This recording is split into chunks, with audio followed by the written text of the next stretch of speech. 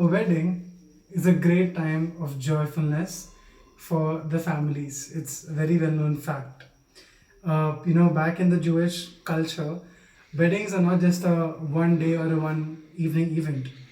In fact, weddings were sort of seen like a week long or maybe even 2 weeks long event because they would have dances, they would have songs, and it's like a huge celebration. People travel from all over the place and come to witness the wedding, and basically a very long event. And in this long event, there are a lot of customs involved. There's a lot of festivities involved, and lots of gifting is definitely a time of joyfulness, and much more emphasis is given than we see in today's world. At such an event, Jesus and his family, basically Jesus, his mother, and his father, go to attend a wedding in a place called Cana. And something really peculiar happens at this wedding ceremony where we see that the host family runs out of wine.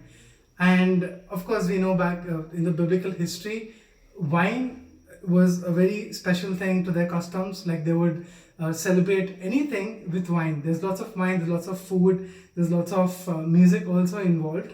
So when the host family runs out of wine, it's very embarrassing for them. In today's day, imagine a young couple is getting married, and let's say that they've been planning for this wedding for almost 6 months, and they've pre-booked the venue, they've pre-booked the caterers, and they have the whole menu down. And on the day of the wedding, the bride and the groom are called aside and told that, "Sir, ma'am, we're sorry, but the food is over." And we see the couples might get extremely tense, extremely panicked, and not knowing what to do at that moment. Something similar to that happens over here in John chapter 2. For today's sermon, I have picked the Bible references John chapter 2, verses 1 through 11. And something very similar happens here. There's a wedding going on, and Jesus and his family is there, and people are extremely happy. But something happens, and there's no wine. Nobody knows what to do. There's a lot of panic caused in this situation. But by the end of the sermon, you'll be able to understand that when we bring our concerns, our empty jars, our shortcomings to Christ, Christ always asks us to respond in obedience, and that obedience is the best thing you can do in your life. So, my first point for today is this: the crisis of human insufficiency. The verse for this is John chapter 2, verses 1 to 3. Let me read that out for you.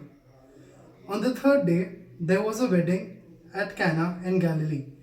The mother of Jesus and the mother of Jesus was there. Jesus also was invited to the wedding along with his disciples.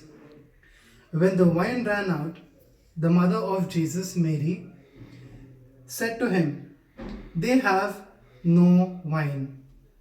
So the context is quite simple, that there was a wedding, and like I said, it's a week-long customary thing, celebration that's happening, and this is and Jesus and his family attends the wedding along with his disciples. And there obviously is a problem, like I explained to you before, that they ran out of the wine in verse 3. And Mary directly points out to Jesus saying, "They have no wine." Basically, there's a problem arising in the situation, and Mary's first response here is to turn to the person who she knew at that moment had the ability to solve this problem or the current issue in this space. And of course, this is a callback to the divine birth of Jesus Christ. We know that Mary had a virgin birth, and that's how Jesus was born. Mary was conceived with the Holy Spirit. So probably Mary at that point thought, this is the most troublesome situation we are in, and there's nothing that we can do. And Mary thought, there's only one person who could probably solve this issue for them at that point. And therefore, she immediately turns to Jesus, maybe out of instinct, and says, "They have no wine." Let me give you an illustration. Imagine a marathon runner, and a marathon runner wants to run 20 kilometers, and imagine he's of 50 years of age. Now, he might want to run and finish all 20 kilometers in the marathon, but there obviously comes a point where his body wears out. All the glucose in his body is used up, and even if he wants to continue going in this marathon, he's out of fuel. There is nothing left in his body to support him to even carry out that marathon. Similarly, Jesus, this is something similar happening at the wedding, that they want to do something, they have the willingness to do something, but there is a problem and they have no wine. So let me ask you this question: do you this at this more point in your life feel like you have no wine left, you have no fuel left to keep going in life? Are you feeling like there's so many troubles and life's concern which is throwing at you that you do not know what to do, and you feel like you have no fuel left, you're running on fumes, and sometimes you just want to give up, right? And this is a problem which we all face in life. A student can face it, maybe probably the time of their exams, or someone who's working can also face it. And we sometimes feel like those marathon runner, that we've been running and running and running, we do not seem to reach the end line, and there's no fuel left in our body, and we may even feel like giving up. We may feel like empty jars ourselves at some point. We may feel like we don't have anything more to offer in life. We sometimes are pushed to this place where we are not able to even look at anything positive in life, and that is a place where it may be familiar to all of us, right? So this morning, so today, let me ask you this question: uh, what are you running out of today? Are you running out of joy? Are you running out of hope? Are you running out of patience? Are you running out of any possible sense to deal with the problem? And it's completely okay to run out of such thing. But for the application, let us learn from Mary that Mary quickly decided to turn to Jesus, the only one she felt had the power to turn the situation around. And we know very well that prior to this event, Jesus had not done any miracle, and maybe she probably had her conception in her mind, and she had not seen Jesus at work in a miraculous way before, but still her response was to turn to Jesus. So when we feel empty in life, when we don't understand what to do, probably the best thing we can do is turn to Jesus. So today, it's my encouragement to you today that if you feel like you're running out of hope in life, if you feel like you're running out of joy, if you feel like you're running out of anything positive, if you're running out of strength, if you're running out of confidence, if you're even running out of self-esteem, this is my encouragement to you today, to turn to Jesus. We may not understand what's happening. The situation around us might be very embarrassing for us. Like in this situation, there was a crisis of human insufficiency, where they ran out of the wine, and humanly, at that point, nothing could be done except face the embarrassment. So when all hope seems lost, when all the doors in your life seem to be closed, turn to Jesus. And this is not something that you will regret. As we go on to our next point, we will learn to understand how is that we will not be able to regret this. So that leads me to the point number 2, the command of the absolute obedience. And for this point, let's meditate on the verses 4 through 8. Let me read that for you. And Jesus said to her, "Woman, what does this have to do with me? My hour has not yet come." His mother said to his servants, "Do whatever he tells you." Now there were 6 stone water jars there for the Jewish rites of purification, each holding 20 to 30 gallons. Jesus said to the servants, "Fill the jars with water." And they filled them to the brim. And he said to them, he as in Jesus, and Jesus said to them, "Now draw some out and take it to the master of the feast." So they took it. What I want you to focus on the kind of obedience Jesus is calling them to do.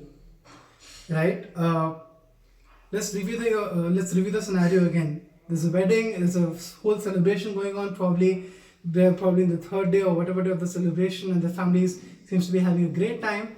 And finally, they're out of the wine, which is at that moment the biggest problem they can think of. And for them, this goes against their reputation, against their pride, against their honor. Because in their minds, if they're out of wine, which is the very thing they used to celebrate, they are basically causing their own families to have this heights of embarrassment, which probably they will remember for all their life in the community, because we know that Jewish society was a very communal society. So if they're out of wine, which is the most precious thing which they first are preparing for, They probably think, oh, this family doesn't have enough honor. This family doesn't have enough to even provide us with the wine, which is for celebration purposes. And Mary turns to Jesus saying, they have no wine. And Jesus' response to his own mother seems to be a little abrupt. He says, woman, what does this have to do with me? My hour has not yet come. He's making it very clear that Jesus doesn't just do miracles, to show his greatness. He doesn't just do miracles to fill the gap. He doesn't just do miracles whenever, but there's a divine schedule to his miracles. And this is a callback also to the fact that even Jesus' coming onto this earth was at the most perfect time, according to the divine schedule. So even Jesus, before revealing his miraculous powers, he's making it sure that he only does things according to the divine schedule, probably when his Father allows him to. And he's not just doing this to gain glory or for any societal or social reasons at the point.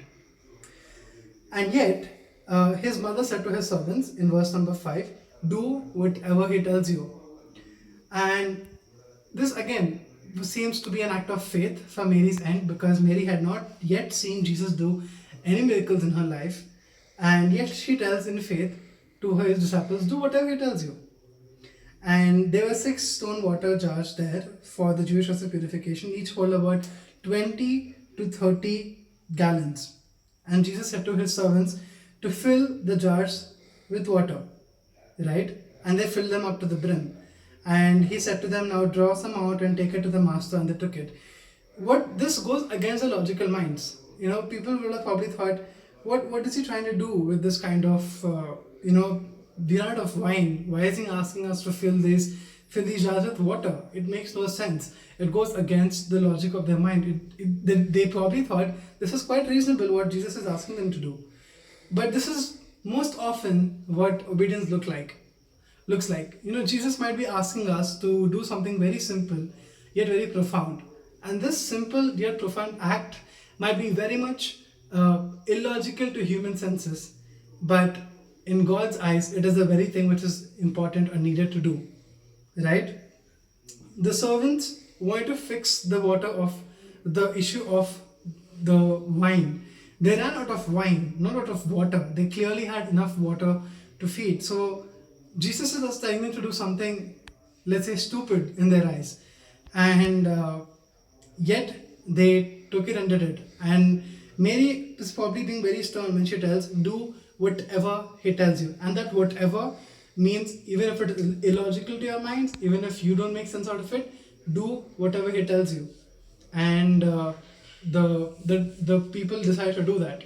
And they took it to the master of the feast, probably again in faith. They don't understand what's happening. Maybe probably when they're going to, to the master of the feast, I wonder what was going through their minds. And for illustration, let me give you an example of, let's say, a gardener is taking his child along with him for gardening, and he tells the child to dig up basically throw the biodegradable waste close to the plants. And the child might be thinking, why is he asking me to throw this trash close to a plant? And he might not understand what to do. It might seem very illogical to him at the point. But it is only at the right season is when the child will be able to see that this illogical thing of throwing the trash near the plant might actually help the plant to bloom better. So if God is asking you to do something simple today, like forgive or serve or pray, don't ignore the call and simply obey, and you will see God's presence with you later. And that leads me to my last point: the consumption of divine abundance, verses 9 through 11. When the master of the feast tasted the water, the water now became wine, and did not know where it came from, though the servants who had drawn the water knew. The master of the feast called the bridegroom and said to him, everyone serves the good wine first, and when people have drunk freely, then the poor wine. But you have kept the good wine until now. This is the first sign of Jesus, which he did at Cana in Galilee, and manifested his glory, and his disciples believed in him. Jesus didn't create enough Jesus didn't create enough wine to uh, to just suffice the problem, but the wine was of the best quality. So much so that the people came and told the bridegroom that everyone serves good wine first and saves the best for last. But you know, you have been serving the best wine even now, even from at this point. So the obedience which Jesus asked them to display, it basically made Jesus give out the best results. Jesus doesn't just do enough, but he does things to the best in the best possible ways. The abundance that Jesus offers to the disciples is better than the world.